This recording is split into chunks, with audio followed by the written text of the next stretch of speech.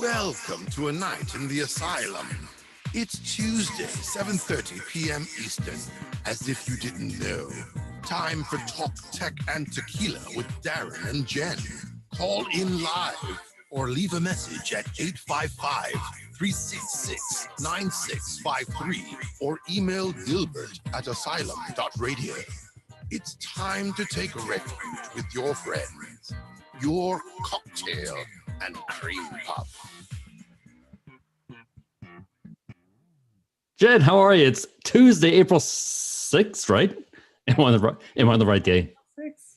April 6th. I was hearing an echo through the intro. Oh, sorry. Is the echo gone now, Jen? It is. It sounds good. Perfect. How are you?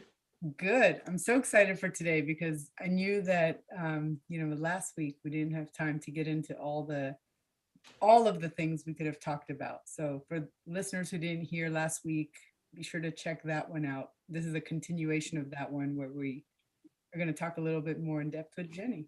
Right. Jenny, I'm sorry I had to cut you off the last time because we ran out of time because we are pre-scheduled for 1-hour shows. So we're starting now. It's live 855-366-9653. If you have any questions about ayahuasca or Jenny's experience, you're welcome to call in. So Jenny, how are you? Great. Thank you guys for having me again. It went so fast. It was such a fascinating conversation between all of us. It was. Thanks for coming again. Absolutely. Good to hear the difference between, the more formal, I guess, experience that you had at what was the name of the place? Rhythmia. That's where Andrew went. Yes. And then the middle of the Amazon jungle. Right. So some of my questions are sort of framed as though I'm considering either option. And I want to hear more about what your experience was too, because I knew Jenny had said last week that she could talk for hours about her experience, and we don't have hours, but we're going to try and get more out of her and also get some of my questions answered. Are you ready? Sure. Go. Go. Okay. My first question. So who originally told you about ayahuasca retreats and how did that influence your interest to go to one of these? Yeah, I don't know if I call it a retreat to begin with. For me, it was a ceremony. And I think that's a big difference. I think what Andrew last week did was more a retreat, right? They had a bunch of people in one place. Everybody was doing the same thing, coaching. And what I did, it was not a retreat whatsoever. At least I would consider it a retreat. Would you call it, in addition to a ceremony, it's more about an experience than a retreat? To me, retreat sounds more like, almost like vacation, even though it's not really. Yeah, and organized. And although this was organized, but in a different way. Right. So I mean, I was talking to friends about ayahuasca in many ways. At the time I was working in the cannabis industry, which sort of, and I wasn't just working in the cannabis industry, but I was working with medical cannabis. The company that I was working for, it had 5 doctors, 5 full-time medical doctors on staff, all very knowledgeable in plant medicine. Obviously not working with ayahuasca, I was cannabis at the time, but that really intrigued me. For me, it's more like the validation of the plant and the fact that it's a medicine. Yes, we don't call it a medicine here, but it is a plant medicine. Okay. I know that even in the medical marijuana world, when they give you your medical marijuana, they call it medicine too. Really? Mm-hmm. It is. I mean, it's coming from a prescription. It's a prescription that is coming. It triggers down right from a doctor that makes you eligible. The way the system is set up now, that makes you eligible to be treated with cannabis. And then you go to a pharmacist who is going to dispense you your medicine the same way that you would any other medicine. So yeah, it's the same. Yep. Okay, so we sort of skipped to my question number 14, I think. So, all right. So I'm going to go back into the top of my list here, number 2. So before you went to Peru, before you made your plans, did you investigate where you were going to go, or you only learned what you were going to do once you were in Peru? No, I did a little, actually not a little, a lot of homework.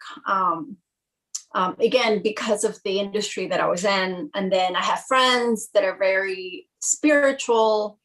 And somehow, once you start talking about something, like that circle, you attract it and comes to you. So it was coming from every direction. A friend of mine who is a Chinese medicine doctor, he is a neurologist and he's also an acupuncturist. So he was part of many ceremonies here in New York. Like he's gone through sort of the retreat that you're talking about upstate. And then in Brooklyn, he's attended several of those ceremonies. And then I had some other friends and neighbors that have attended those.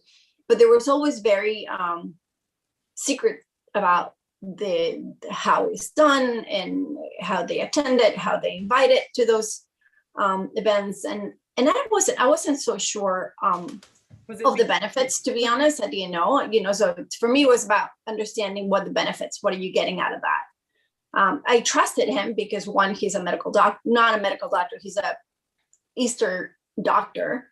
And he's very reputable. He has patients for the last 20 years, that comes and has a repeat practice. Mm-hmm. So I trusted his feedback and his reasonings for doing it. Okay, so after we spoke last week, Pat joined us. He's sitting behind me now. Say hi, Pat. Hi. So, Hey, Pat. If after we had our last week's episode, we sat down and we watched this Lisa Ling special that Andrew had texted me a clip to, and in the special, I think it was a CNN special or something, one of her shows that she did, and in there it referenced that there's over 100 of these places. I don't want to call them retreats.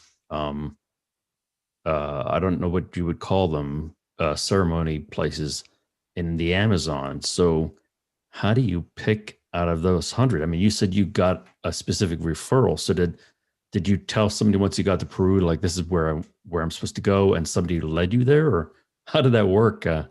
I booked it so I guess let me track back. I was going on a big group, and we decided that we wanted to, the end of our trip, we were going to end up in the Amazon for that reason. We wanted to be part of a ayahuasca ceremony. Originally, we were not going to go to the Amazon. We were trying to see if we can do it in Cusco, so maybe we can just make it an extension of our Machu Picchu trip. And then the local tour guide that we were talking to, he's like, you don't do this outside of the Amazon. This is a sacred plant that you don't bring it outside of the Amazon. And I remember you mentioning, and I remember you mentioning Cusco. But what is that? Is that a country next to Peru, or what? What is that? It's the second largest. It's not second. Sorry, it's like the third or fourth largest city in the country. But it's the city right outside of Machu Picchu, which is one of the 7 wonders of the world. Okay, so I guess they had some people that did it there, but that's not really where. No. What he said is like, you cannot do it here. So you can't at all. Okay. You cannot, because the shamans will not come for, and the reason is, and the shaman actually explained that before we did the ceremony, that they have to pick the plant. So ayahuasca is a vine, and it's really hard to find. I have that picture in my backdrop. That's the Amazon actually on that trip. So it's a really hard to find vine. And there has to be an intention before you go and look for that plant. Meaning he knew that he was going to meet us, and there's got to be a prayer ceremony, knowing our intentions, or the intentions that he was going to come and meet us. And with that in mind, he went through the jungle, through the Amazon, and to the rainforest, and tried to find those plants. And he found them. He finds them, and then he makes the tea. So for if you're not familiar with it, ayahuasca is actually, so it's the plant divine.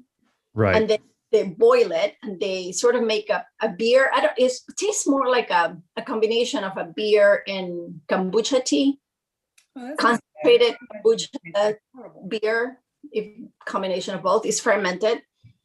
And then he will make that. But the vine is not really easy to find or to grow. So that's why the legitimacy of what else other people are doing outside, they question that.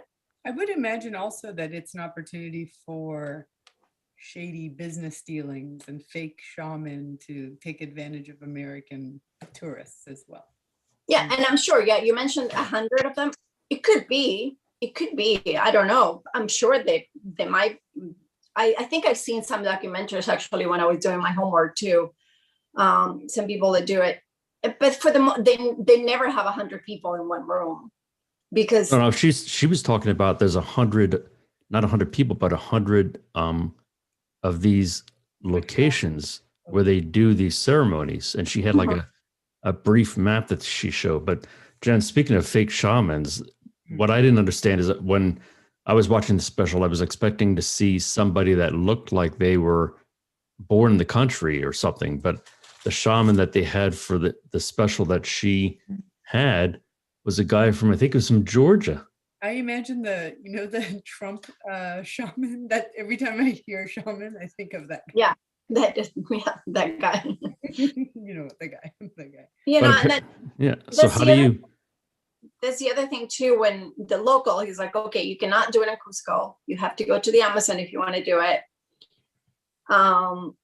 Because yes, you find shamans and you can do some other rituals, but you might not be doing the real deal, right? So apparently there's only 9 certified shamans certified to do ayahuasca ceremonies in the country. You said 9 of them? Mm-hmm. In Peru or in the Amazon jungle or Amazon rainforest period? In the Amazon, yeah, because they're all technically in the Amazon. So I don't know. It might be people that are studying under them. Who knows? I don't know. I can't certify or deny. Yeah, he did state who he was trained by, but I don't remember the names. But she didn't go into that kind of detail of like who was trained and who was certified. Did you know about ayahuasca, being born in Peru and raised there? Is that something that is a I didn't know. Conversation? No, I didn't know that. I don't think as a child, those things. No, I didn't know. So I got to give you my impression is if I was going to the Amazon rainforest, I probably would be eaten alive. And I can't imagine. Like what? What are you talking about? Because every time that Pat and I go somewhere or we're outside, the mosquitoes eat me and they don't eat him. And you're one of those. I'm one of those. Are you too? Well, how did you handle that when you went to the Amazon? So and you can find it. It's like we bought in Amazon. We bought one of those mosquito suits that is see-through. Right. But from head to toe, we were all dressed up. And then, that's one. Second, we were wearing, we had to take yellow fever shot. That was mandatory to go. And I forgot one other shot. We had to take 2 shots to go there. So you were like basically a netting over your. Yep. We were netting. Did you sleep in that, or like you were in that all the time? When I was outside, and then in the beds have a net right over. So yeah, you're under nets the whole time. And then I took them off when I was going in the lake to get a bath, when I was swimming. Other than that, and I got bitten, but it wasn't bad. It was like 2 or 3 bites, and that was it. How long did it take you to get from like where there was a road to the place where you had the ceremony? I mean, was it through dirt roads or walking, or how did you get there? It was a combination. It took us about 4 hours. Wow. So we had to travel first, take a flight from Cusco, which is the city that is near Machu Picchu, to another city that is Madre de Dios, which is another city that is borderline with Brazil, with their Brazilian rainforest. And then from there, we took a ferry. The ferry lasted about an hour. And then we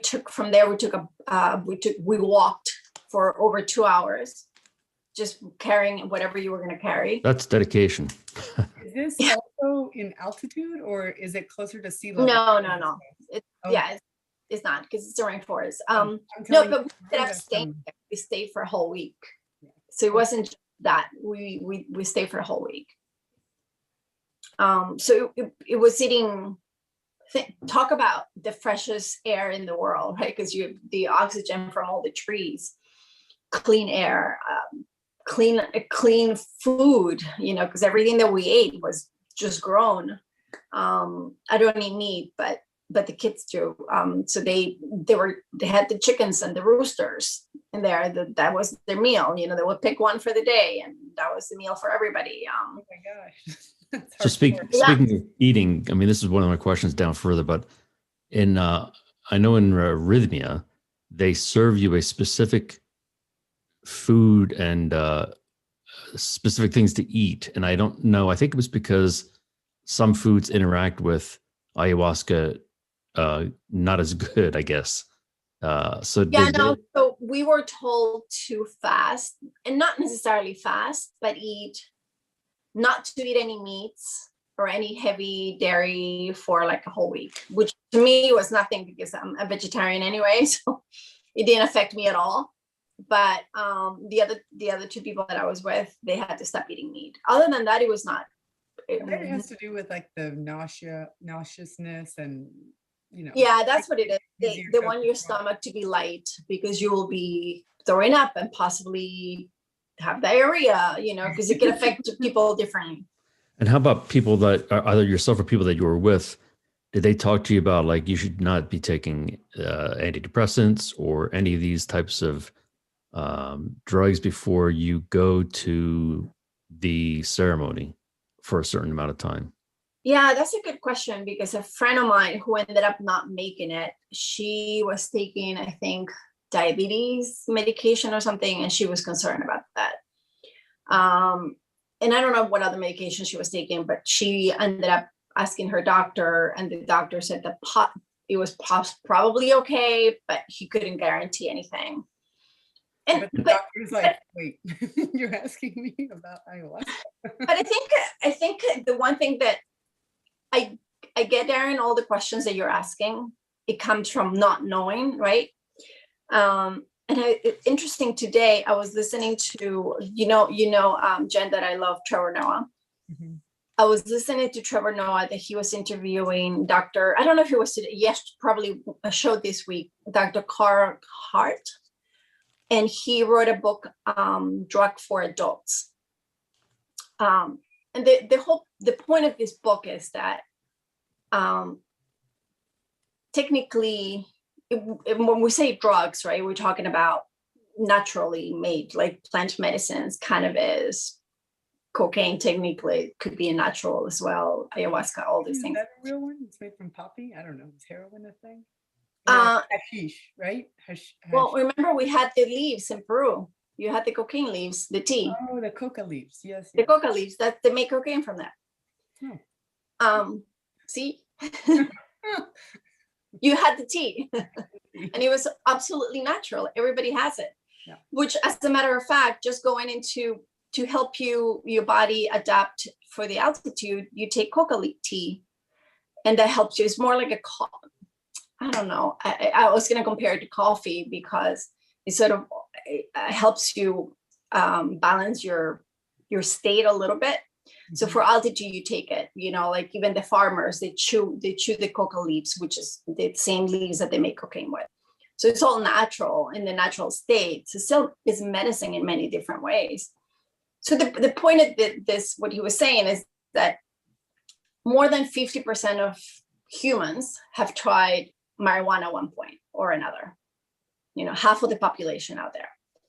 So it's not so now it's hard to fool them anymore. oh, that is the gateway to this, that this, there's so many stories that they used to make up about marijuana in the past because people had no idea. But now the more than 50% of the population have tried it at one point of their lives. Like, okay, this is not horrible. This is not going to kill you.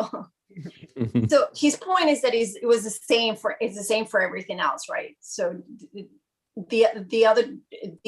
whether it's ayahuasca technically, it stays in your body for less time than alcohol would. Because again, it's just fermented. It's like a tea. It's fermented. It's like a beer. So you like digest it. I guess it goes. Yeah, that's it, and it goes away. You're done. One person I spoke to said that they had sustained the feeling for a long time. So if it leaves your body, I don't really follow how that works. Yeah, so we're talking about two different things. Mm-hmm. So one is the physical effect, and then you're talking about the psychological effect. Right. So those are two different things. So somehow it affects your psychological longer for some people. And right. So the idea is that it helps, like euphoric and all of that stuff. Right. So somewhere in there is affecting the balance or the imbalance of the chemistry of your body, which is releasing certain things that serotonin and whatnot. Okay. And I honestly, I'm not a doctor, so I'm not coming from that angle, but basically from what the studies or from what I've read and in mind you, we were talking about drugs, and I'm one person that I've never talking about drugs. And this is something that I said to the shaman actually. I said, oh, I've never done any drugs in my life. And I swear to you, never smoked cigarettes, never tried anything in my life. And no one has ever seen me drunk either. No, she never drinks. She goes out and then she disappears. She's the expert in disappearing. And I always have a glass on me, but this could last me 10 hours and I'm good. So, and for me, I do it because more of the fear of, I think because of the trauma that I had in my childhood and of always being in control of my body. So making the decision even to do a ceremony like ayahuasca was very difficult for me. And I had to really, really think about this. What is it going to do to me? And luckily I worked with 5 medical doctors in my last company, all of them who have tried ayahuasca and all medical plant medicine, because that's their field. No, actually, that's not necessarily their field, because they're medical doctors, right?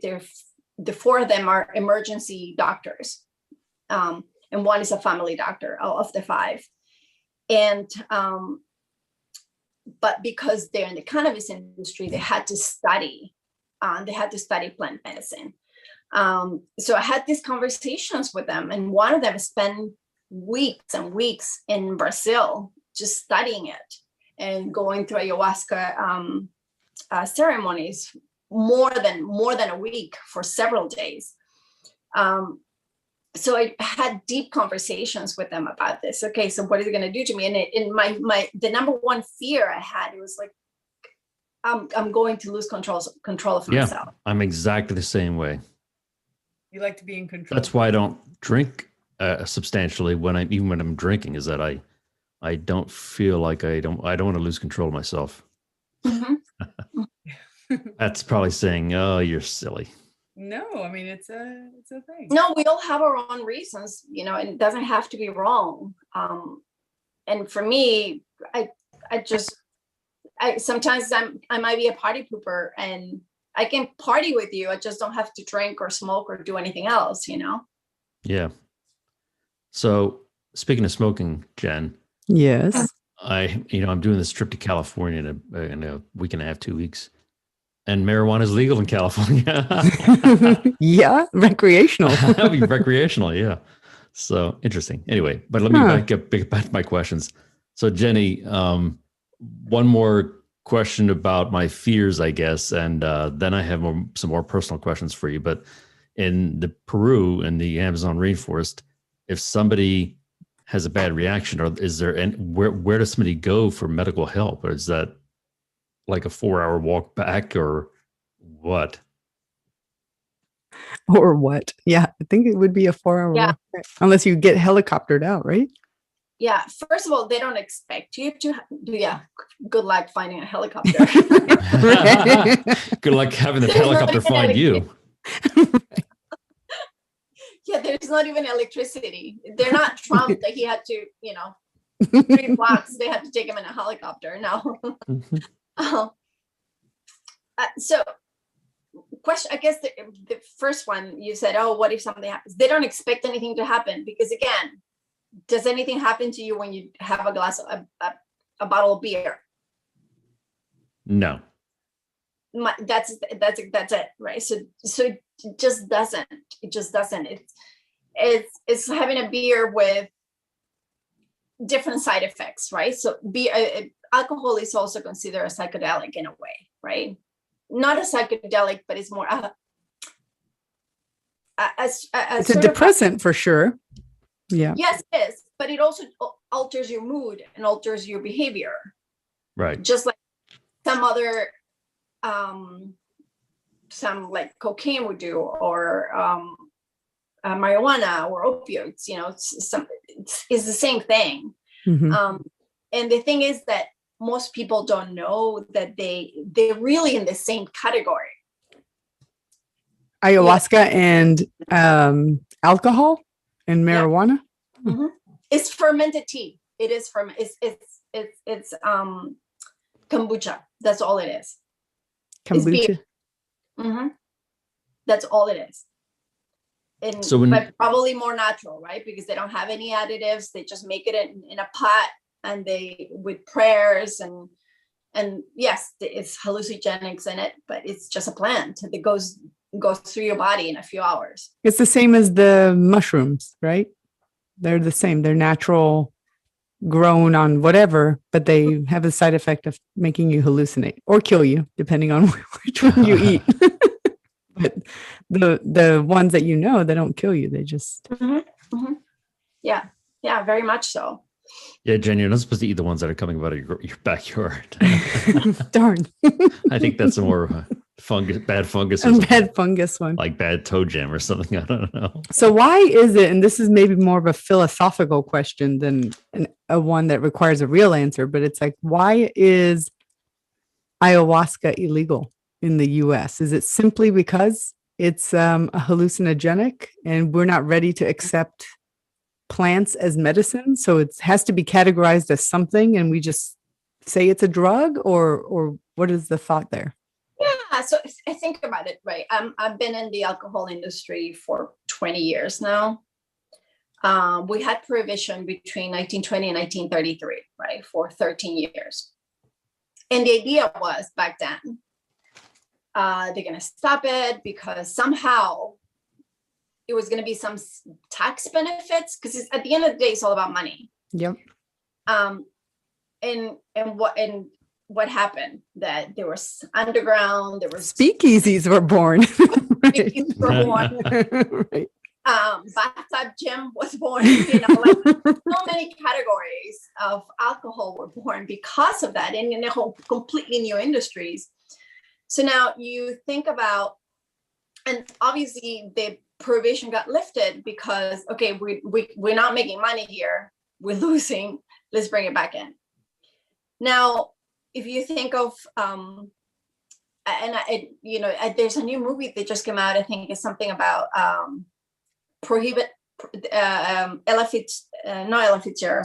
Billie Holiday. Oh, yes. Yes. Oh, I'm trying to see it. But, it's a good movie. Yeah, so it's her life and how she was one of the people that were targeted because she was singing this song in the Forbidden Fruit, I think it's called, which was all about, the treatment of Blacks and segregation and all that. So anyway, the point is that it all goes back to segregation, racism. Opioids were opioids taken so they can stop Asian Americans or Chinese. Cocaine because of how can they suppress or punish Black people? Marijuana, Mexicans or Latinos for that. So so it all goes back to racism, and then why is marijuana a Schedule I drug when it lasts in your system and is for so little time, and it has less addictive effects in your body than sugar. I think it's like, that's an interesting question maybe for Pat, because he was in like the law enforcement, but that is a great question that like marijuana is Schedule I, but I've never seen anybody that's high on marijuana that's aggressive or violent in that way. They're more chill. And then alcohol, people get raging. Exactly. Yeah. It goes back to the point of, it's all because of racism, and one way to suppress the people that are consumer, and at the end, and at the end of the day, it's going to be how we make money out of this. So if we figure out how to make money out of all of this, all of it is going to be legal. That's why, marijuana is going to be legal now, because now, again, we're talking about the 50% of the people that are already trying. We can't fool them anymore. So you know what? We're going to have to make it legal, because it was big pharma lobbying behind all this, and now they're behind it. Yeah, I wonder if big pharma, that's kind of like what I feel, the conspiracy theory or whatever behind it is, the reason it's illegal is big pharma doesn't want it to be legal, because that takes away from their ability to cure Americans with their chemical drugs. Absolutely. Just look at the opioids crisis in this country. Yeah.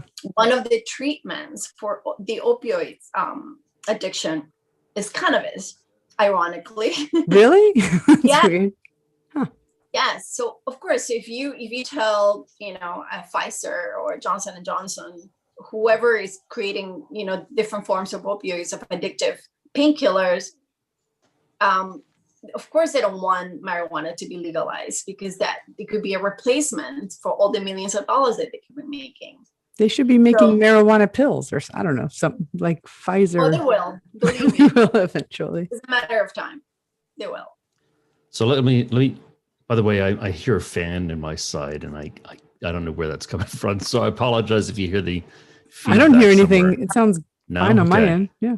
So let me ask a more personal question for Jenny. So last time you were on, you talked about how you were improperly touched as a child, and I don't know if you used the term molested or not.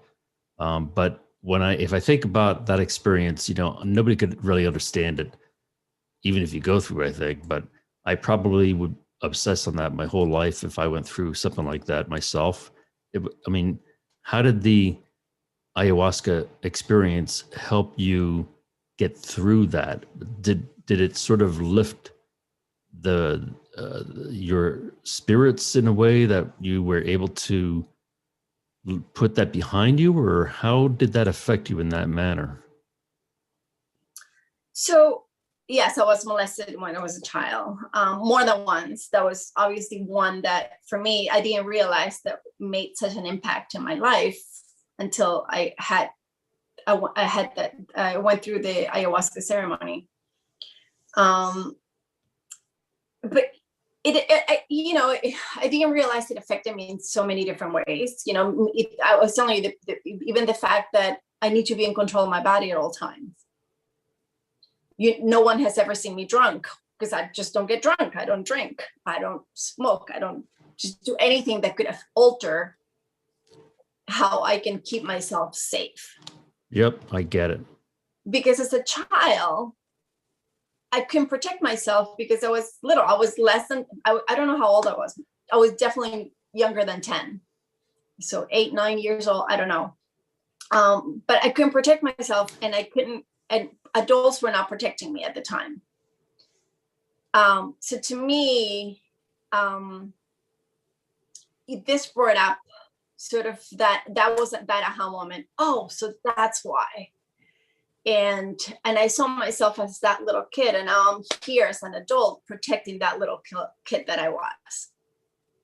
Kind of like you were giving yourself through the ceremony the protection and the attention that you didn't get then. So it's kind of like healing in that way. That you should have had. You did sort of say that last week. I understand. Okay.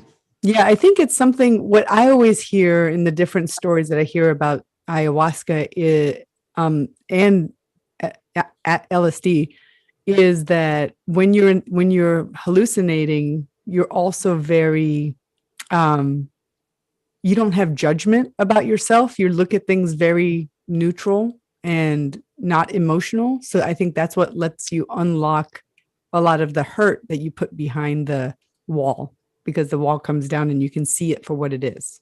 Something like that. Got it. So Jenny, what else, what other experiences did you have while you were there that you want to talk about? Well, the experience was more of, first of all, I had no idea what it was going to be like for me. Like, I saw a couple of videos here and there, and I see people throwing up. What we did was very private. It was 3 of us plus the shaman in our tour, not tour guide, the person that lived in the sort of little resort that we were staying at. It wasn't a resort. It was like the village, maybe like a little. It wasn't a village. It wasn't. It was like 8 rooms. Oh, almost like a camp in a way, sort of. Camp. That's a good one. Yes. Thank you. So it was more like a camp. And there was one like the living room area that you have to walk through some trees to get to, and that's where they prepare the food for everybody. But then, you sort of live in your own little tent per se, but it's made out of wood and all that. And you need to stay in there because at night you don't know, there's animals walking around, and just need to stay safe. So I didn't know what to expect, to be honest. It was definitely more than I expected. And maybe because I've never altered my body with anything else, maybe because I didn't throw up as easily as other people do. And I hardly ever threw up. Even when I was pregnant, I didn't throw up. I wanted to throw up, but I couldn't. And sometimes it's a lot easier in your body if you throw up, because whatever it is that is making you nauseous, as making you sick, if you get it out, that's it, you're clean. And I think one of the reasons why I had such a hard time is because I couldn't throw up, and it was all there. So it's like, if you drink alcohol and you puke it all out, then you're like, okay, I feel so much better now. But if the alcohol is in your body still, whatever that effect is still going through your blood, still going through all of you. So do you feel like you should have this experience again, because now you might be able to let go a little more than you did the first time? So I only had it twice, the first day and the second day. The second day was not as bad, but let me finish with the first day, because my experience on the first day, and I'm in the same room with 3 other people that had him. He gave us this first, it was almost like a tequila shot glass, really small. And he had him he had the concentrated ayahuasca in one bottle that he already prayer. He had a separate ceremony bringing it to us. He had to go and find it. He prepared it. And he's like, this is the same bottle that I've been using for the last 50 years. This is our shaman, 70-something-year-old man. It's like, I'm using the same bottle for the last 50 years. So he gave us, each one of us, a little shot glass, and then he's humming. He's just humming and chanting, and we're completely quiet. And one of the things that he said for us not to do is not to touch each other. Oh, interesting. Yeah, because then this electricity that from bodies to bodies, and not to see, they wanted us to be separated. We were in a small room, almost the size of, I don't know, a living room. But we needed to be separated, and maybe, I don't know how long, maybe we waited a half hour, and he's like, are you feeling anything? Like, he's checking on us, and he's chanting throughout this, I'm not feeling anything. Would he give you more if you didn't feel anything, or what you get is what you get? No, that's what he asked. So he's like, are you ready for the second one? He's like, but you have to take it if you're already having an experience. And I'm like, I don't, nothing. I take the second, and almost immediately, like seconds after, then everything changes. Everything from my head starts spinning, and I regret it the second. You're like, I should have waited. I should have waited to A few see. times I've been drunk where the room spins. That's how I feel. Oh. Yeah, so it was, so the experience really started for me with the second. My cousin that was with me, and that she had the second one too, but her experience was not as heavy because she started throwing up. My other friend, she ended up she didn't take the second one. She was a lot heavier than us. So I'm weight, that is, right? So I'm thinking, I was going to ask, are we saying heavier weight or heavier like baggage that she's carrying in life? No, heavier weight. And actually that's fair, because, right, we all have different baggage that we carry with us. No, but I was thinking, for me, is mostly from, because I'm in the alcohol industry, if the alcohol limits for someone that is 115 pounds and someone that is 200 pounds are completely different. Yeah. So I'm like, oh, why is she only taking one and she's not feeling anything? And maybe she's already having experience. And I'm like, I'm late. You're like, what's going on? So you're not allowed to, like, I guess you can't. Do you talk to them, or no? Your friends that are with you. Oh, like talk to each other? Yeah. No, they don't talk to each other, because the idea is that you have your own experience, and they might be having their own experience. Right. Would that be hard, like, to not ask, how are you feeling? Do you feel anything? Or the shaman kind of helps prevent that?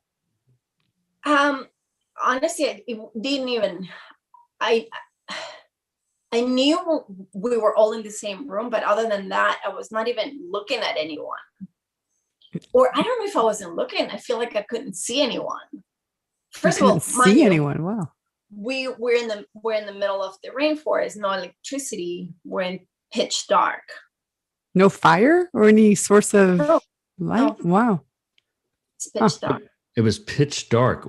Oh, that's a different slant on what I'm visualizing in my head. Me of too. The experience. It's like pitch dark in the Amazon. They're like glowing eyes in the bushes, like staring. Oh, wow. Well, you're in a room. So is there like a fireplace in the room or something? Or no, there's no electricity. Right. There's no electricity. As a matter of fact, the place, again, it was 8 rooms, and the whole sort of, not resort, the little area. And they had what is that, where they only get electricity for 2 hours. Oh, it's like metered or one of those machines that they that it was recharging with solar. With solar. And they only give us electricity for 2 hours. So in those 2 hours, we'll charge in our phones, which didn't work. It was just to take pictures and stuff or whatever. And they had a TV in the main room where they only had one channel, and that's it. So those are the only, I think it was from 7 to 9 that you had 2 hours of electricity, and then that's it. It's pitch black. That's wild. That's wild. Wow. I'd be freaked out. Yeah. I would too. See, I like adventure. I think you have to have that kind of an adventurous spirit to be able to even walk through the Amazon, you know?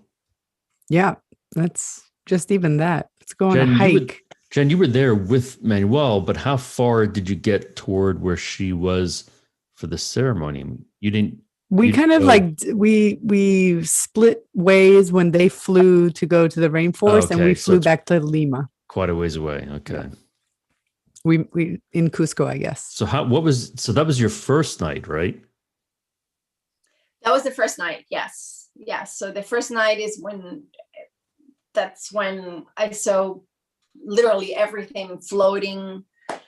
I had visions. I saw this man that abused me, molested me when I was a little girl.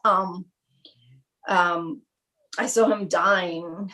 I saw the eldest at the time going through his funeral. I mean, I saw so many things, like even my father. I mean, so many like elements. It's like I was seeing a movie of my life coming through. And it was exhausting. I mean, at the end, I think the ayahuasca wear off on the other people that were in the room way before it did on me. They had to wait. At one point, he had me laying down on the floor, and he touched my stomach because he said that he felt something in there. And then he's chanting the whole time. So What did he feel in there? I'd be like, "What? Wait, whoa! What do you mean? You feel something in my stomach?" So he sees things too. Oh, So he's the shaman, right? So he sees things. So he sees things floating, and he sees like auras around me or people around. So the shaman wow. also was drinking the tea Yeah. for this whole thing. Okay.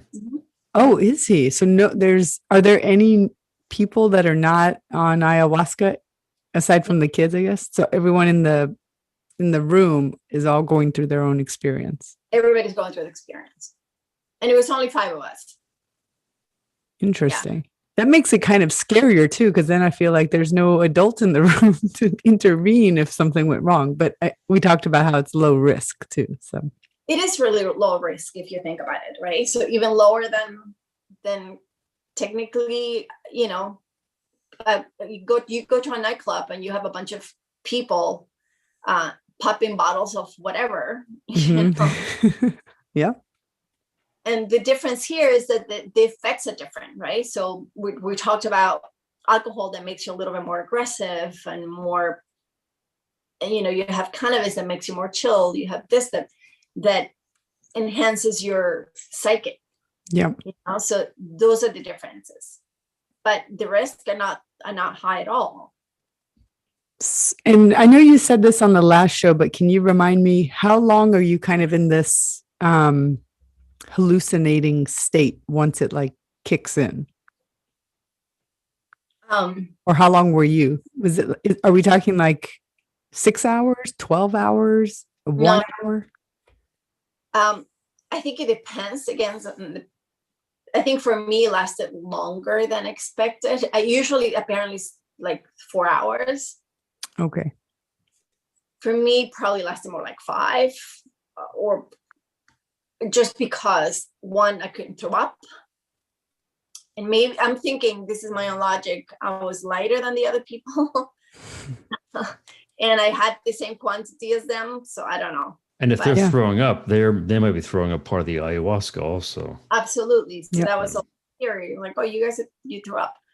And then I ended up having diarrhea later. So that's how I moved it out of me. And then I would much rather have diarrhea than to vomit. So that's if you had a choice, I guess. Yeah, same here.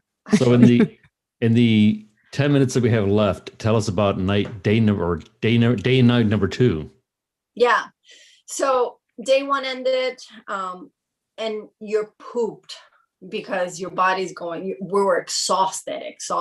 I thought you said you poop. I was like, oh. Both. And so ends day 1.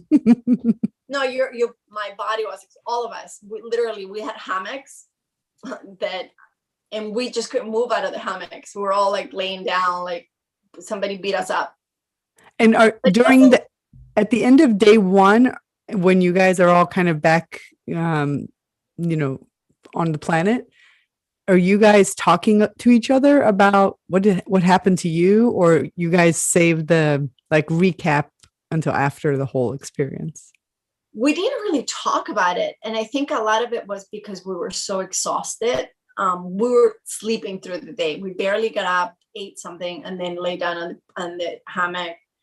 And as the day went by, we were sort of more, and it wasn't like when you get hungover and you drink maybe too much and you might have headaches. We didn't have any headaches or anything like that. It was just like a exhaustion. Yeah. But not like an ache, like a body acheness. And then you said day 2 was not as bad? Not at all for me. And I wasn't even going to do because of the experience that I had in day 1. And I talked to the shaman and I said, I don't think I want to do this. It's like, I did not enjoy it. I did not have a good time. I do not want to do it. And he said, I suggest that you do, because day 1 is always, if there's a lot, the baggage that you were talking about, if you have a lot of baggage with you, you need to deal with that on day 1. The more baggage you have, you deal with it day 1, and progressively gets better. And as you clean it out of you, and you get more clarity. So he's like, you did a lot yesterday. He's like, you need to do it today. I did, and I'm glad I did, actually, because it completely changed my perspective about the ceremony. We wouldn't be talking here probably if I didn't do day 2, because day 2, because it completely changed it for me. It was a lot more doable. It was more, I don't know, it was calmer. I didn't have all those visions that I had on day 1. It was still cleansing, but it was not as bad at all. Were you still having visions about things, or what were you experiencing on day 2? Like, was it the same kind of stuff or different stuff?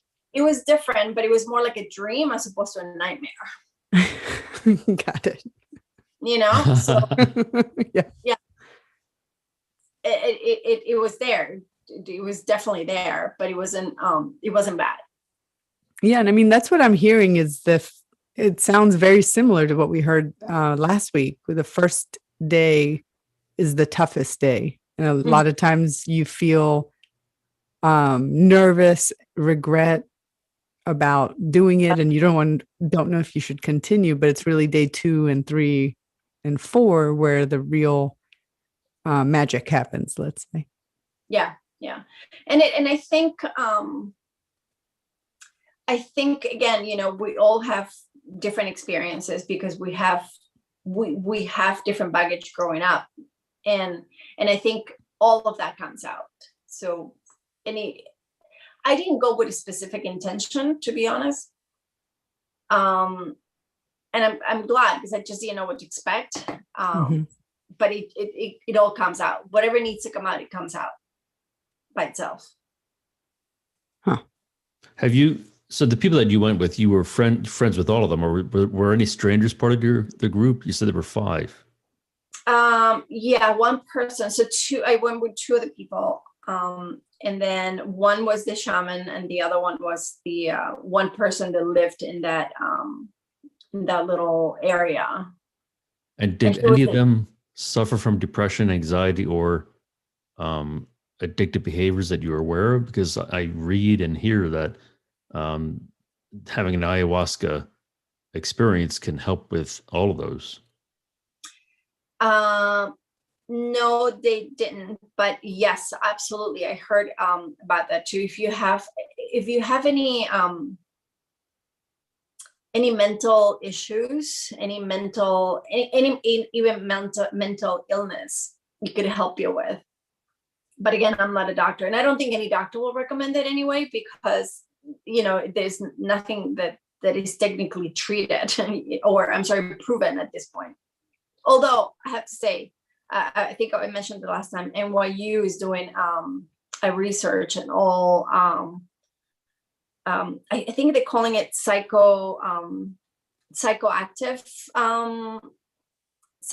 medications, plant medicines, psychedelic medicines, and that includes ayahuasca, includes cannabis and a few others, and mushrooms even.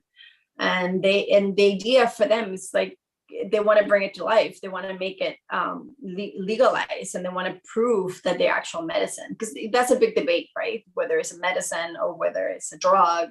It is a drug until you call it a medicine. Yeah, everything is a drug until it becomes classified as medicinal. Yeah. Yeah.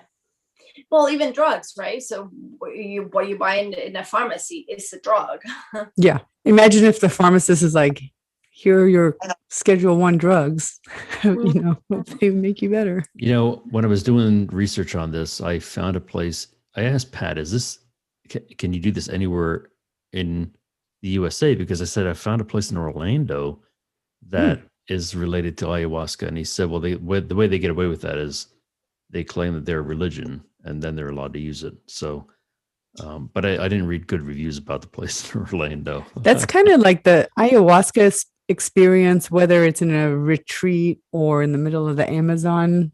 I could probably do any of those, but the part that I think I would be weirded out with is the religious aspect of it, because I'm not like a religious person, and seeing chanting and praying and stuff that just is weird for me and awkward would be the strangest part. And I don't remember if Andrew said that they were, if he considered it a religious experience. I think he said it's more spiritual. He talked to God or something. Remember, he saw God. That was his experience. That was not mine, because I'm not. Yeah. I don't consider myself of any. I'm a spiritual person, but I'm not a religious person. Yeah. So exactly. Yep. And I don't think if you talk to the shaman, he doesn't consider that as a religious experience either. It's a ceremony, which is different. You're not like praying to the Amazon gods or anything like that. Okay.